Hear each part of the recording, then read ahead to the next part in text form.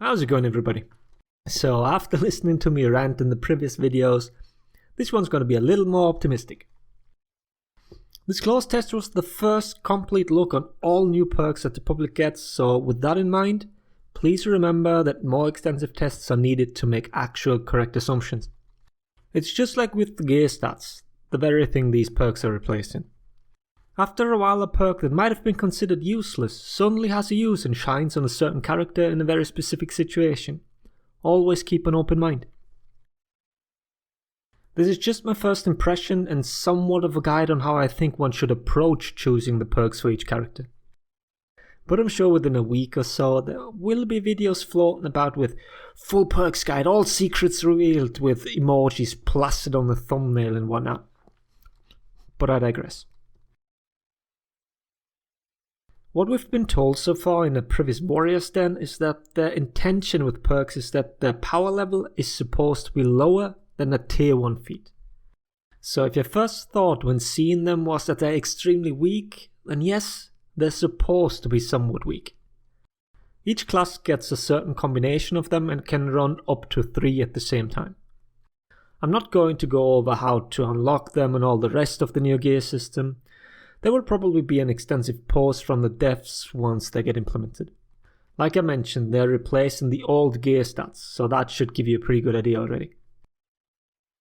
But let's continue with the points I want to bring across. When you pick your perk, I think there are 3 main factors you need to keep in mind. First, how likely is it for you to activate it? A lot of them are linked to certain conditions in game. How often in a game can you proc that perk? Remember that they're weaker than a tier 1 feat, so even if the power of a feat sounds pretty good, but you can only use it once a match, is it really worth wasting a whole slot for it? Second, and on a similar note, are you playing a game mode that is long enough for you to fulfill the full conditions of a perk? Meaning there are quite a few of them that require you to do 4 things to have the full effect. In a full breach game that easily reaches 20 plus takedowns on each person, a lot of these conditions will be met quite easily.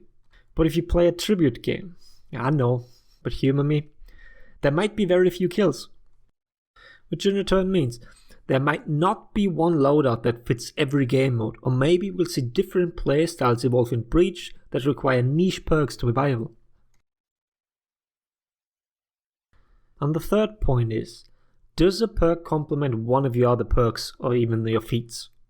It's only gear stats that get replaced, we will still have feats.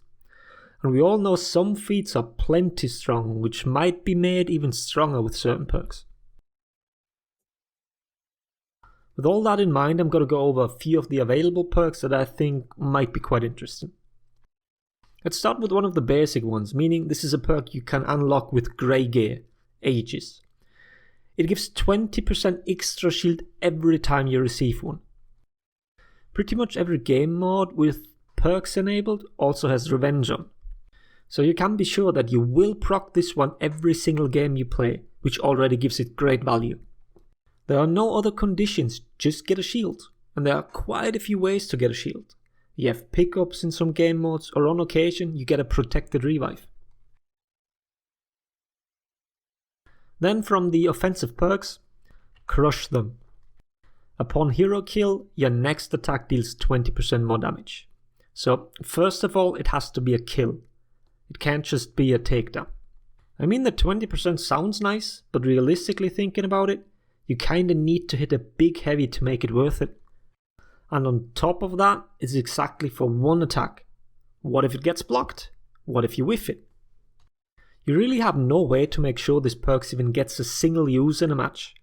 The highest chance of getting the bonus damage in might be with a feat, and even then, most characters won't run projectile feats, let alone the ones that would actually benefit from a 20% damage increase. And the last one is from the assist tree, Rapid Refresh. Upon takedown, or when reviving an ally, feats active cooldowns are reduced by 5%. This perk works with takedowns, which basically means assists. So in teamfights you're very likely to proc this perk multiple times per match. But there are 2 caveats. First, do you even run a lot of active feats to get any kind of benefit from the cooldown reduction? And second, Have you already unlocked and used your feats so that they are on cooldown? People tend to save the long cooldown tier 4 feats till the very end of a match. Oftentimes they don't even expect to use it a second time. There are only rare occasions when you unlock all feats at the beginning of a match due to a massive kill streak or something. So with having said all that, I hope everyone knows how to approach this perk system a little better. Just because the individual number might sound appealing, the conditions that need to be met are sometimes too restrictive. Unlike with the current gear system, I actually expect that people will have many different loadouts, especially players that frequently change their feats around. We've seen feat rebalancing in the test, pretty much all nerfs, but still. Some feats might not be strong enough alone, but might work together with a perk. Well, you'll have time to explore all that in depth this weekend, so have fun.